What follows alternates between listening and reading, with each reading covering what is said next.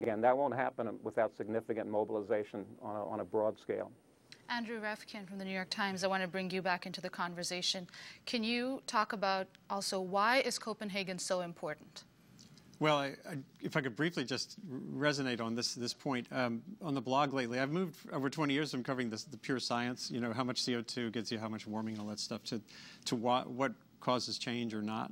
And there's been this phrase that's repeated, and it's on the blog right now, my piece out of the summit. It's called blah, blah, blah, bang. We have this tendency in human nature with a looming slow drip problem like global warming, even in the face of these incremental changes, and most of which are in places we don't pay a lot of attention to while we're insulated ourselves, to let things slide until we get hammered.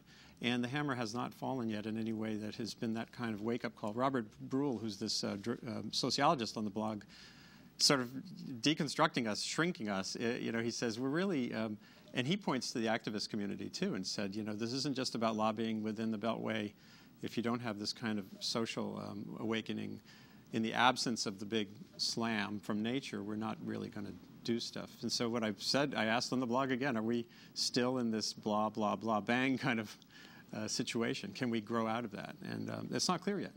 I mean, Copenhagen having no carbon emission standards, no requirements, that it's all dropped, the mandates. Well, India, the reality is, it was really articulated, interestingly enough, by the Bush administration that, you know, what we've got to deal with here is an incredibly variegated set of nearly 200 countries with these entrenched blocks, the have-nots, the haves, the have-too-muches, the getting enough folks, and you're never going to have an agreement. In fact, this has been articulated very clearly lately by Tim Wirth at the UN Foundation and others, that in Copenhagen, the most likely scenario is for sort of a package of fairly modest agreements on specific things like forests or technology sharing, but the big heavy lift of having a global cap and sort of a Kyoto-style system. Because Kyoto is expiring. Kyoto is expiring, and the next thing won't be like Kyoto. It'll be something different. That seems to be what everyone is forecasting.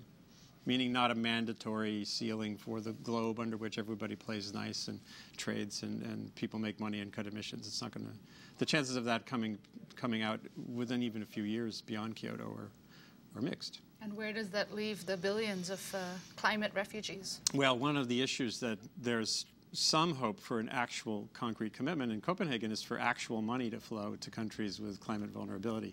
It's as you see, Africa, the African Union, Ethiopia, they said they're going to walk out if there isn't a sign of that. And if you look back at, for 20 years, I've been covering this since the 80s, the first climate treaty in 1992, there were commitments to give poor countries adaptation money, and it never happened in any meaningful way. So if that doesn't happen, that's a starting point, I think. Something along for that will likely come. Well, Andrew Revkin, we want to thank you for being with us, award-winning science reporter for the New York Times, writes the blog .earth over at the Times website. His recent book, The North Pole Was Here, Puzzles and Perils at the Top of the World. Ted Glick, policy director of the Chesapeake Climate Action Network, and Anna Pinto in Pittsburgh, indigenous rights activist from India.